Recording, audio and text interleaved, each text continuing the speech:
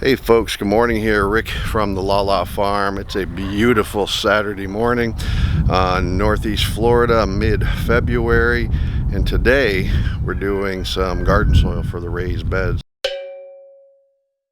I know recent video Rick gave you kind of a mini tour, so I wanted to kind of just give you a more dedicated tour of just where we are with the garden, kind of how it's coming along. We've given you some teasers and other videos of where the garden is, but I've been out here pretty hard at work at this in this area for probably the last 2 months, and working only on the weekends. Got that 9 to 5 during the week. Gotta deal with the money. Unfortunately, homestead breaks even, doesn't make us money, but hopefully that will change in the future. So let me show you around. There's the workshop. So prior to when we're coming down that middle path there, this will be the entire garden structure. There's Boone over there eating some alfalfa pellets. All right, so an enclosed will be ultimately an enclosed structure. This that we're looking here is the east side, so the sun comes up in that direction. We've got 3 raised beds on this side, and then a barrier wall. Got to put some tin there, so they're still, yeah, got to go run over to Jacksonville, get some more tin. Ran out. And then on top of that, we've got another 4-foot panel wall. Basically the whole structure is a little over 6 feet. Hopefully this will keep the deer out. I know it will keep the deer out, but also the chickens as well. If not, then we're going to be putting some couple of rows of electric along the top of that. So here's the greenhouse garden structure. Storage area. Let me show you that. We've done a little bit more in there since I showed you the garden or the greenhouse area. So I've got all my shelves put up in here. So that's just storage. So all of our the other equipment that we're not currently using, like there's some of the chicken feeders that we've got, some nesting boxes down there. Some more chicken supplies up there. All of our bee supplies will be stored over in that area as well. Over here ultimately is going to be a potting table and washing station. Through that door is the greenhouse. Rick went in there, showed you some of the starts that we've already done. Here's the other side where we're at to date. So these are the original boxes. Now we've got a previous video on how I built all of these raised boxes. I built one back in the workshop, so we can leave a link to that below, but check the link out above as well. That's kind of the step-by-step of how we built these boxes. This forms the western perimeter of the garden, and this is going to have a similar barrier fence on the top of that. I haven't put it on yet because I've got, when they brought these 2 piles of dirt in, this first one here is fill, the back one is compost. When they brought those in, they dumped them, instead of putting them in the middle, they put them like right beside these boxes. So I really had no way of getting soil into the boxes, so I got to approach them from the back. But what we're doing today is we're mixing our bed soil. We mixed in some potting soil. I'm going to be doing some more of that, so I'll do a separate video of the actual potting soil. But this is our bed soil, and we started building this soil essentially last year. So I'm going to go through and I'll show you the stages, but each stage is we started building this a year ago, and then we add to it and add to it. So the ones that are the furthest progressed is the first one that I've got soil in down here. So that one I just finished this morning, so that one's finished. So that one's ready to be planted in. Let me go show you what I've done. Each one of these, you'll kind of see there's various stages of material in them. So this just has the bottom layer of basically compost. So this is nothing but chicken litter and goat poop in there. There's nothing else in there. So the bed was on the ground, and then I've been having LaLa put that base level right on the bottom, and we just keep adding to it. So this one is several months older. So you'll look underneath this, you'll see that there's also, see there's some litter there, but underneath is some fill dirt. So we put about 7 to 8 inches of litter in, and we put about 2 to 3 inches of topsoil on top of that, and then we pile the litter back on top of that. This one's a little bit further progressed, a little bit more. So that one's got the first layer of litter, then it's got a layer of fill, then we're basically putting more litter on top of that one. This one's even further along. This one's got, for the next two, and I did these this morning, have looked like that this morning. So it had about I don't know, 14 inches between fill dirt, 2-3 inches of fill dirt, and then 2 to 3 different layers of compostable material, and then another layer of fill dirt. This is about 2 to 3 inches, and then on top of that will be the final garden mix. So let me show you our garden mix. So I'll just mix some for you. You can kind of watch along. But here's the ingredients that I use in our potting mix, and this is, I would say, specific to our farm. Being in Northeast Florida, it stays really, really hot, really, really humid.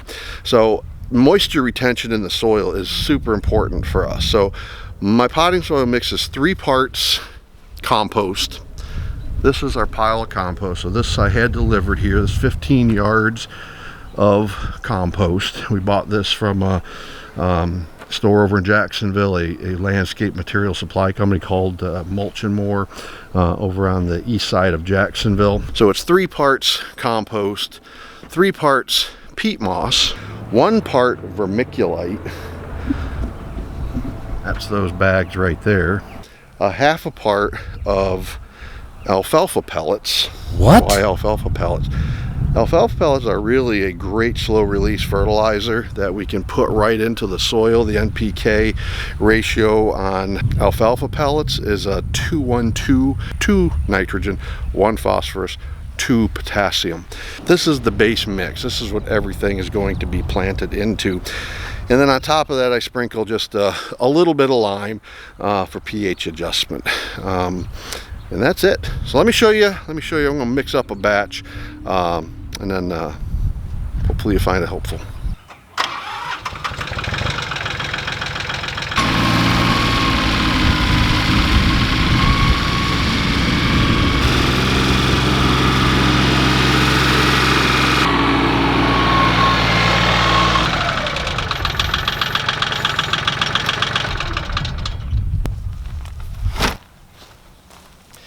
So I'm going to layer these ingredients in. The first ingredient is going to be the compost, and I know for a 5-gallon bucket, which I'm considering it to be 1 part, is about 5 scoops of compost.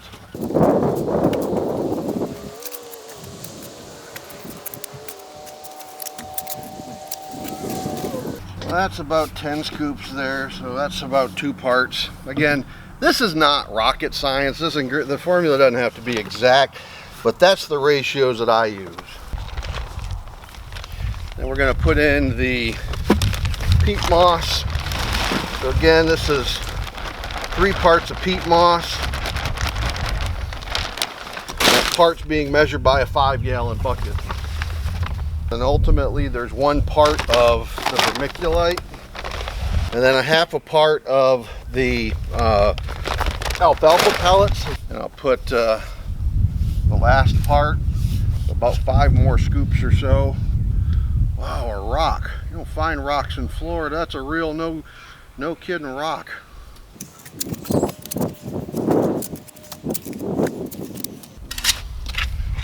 Another dab will do you.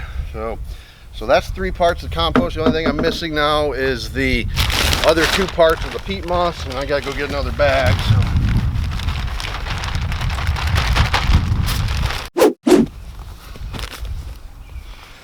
You'll notice that I'm layering these different ingredients in, because if I didn't layer them, then it would be much more difficult to mix, which is why I put the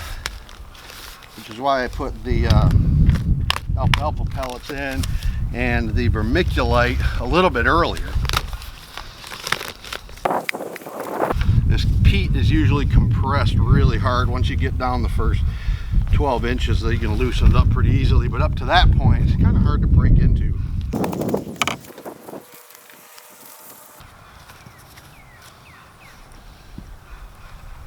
One more part of peat moss, and then that will be it. So now we're going to just use this narrow spade shovel here. I'm not even sure where I got this, but it works really great for mixing soil.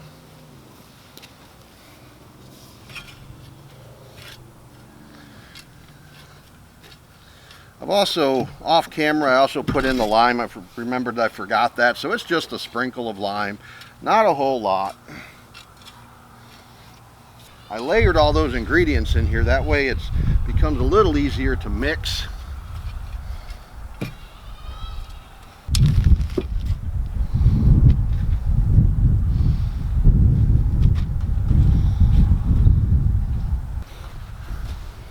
So there you go.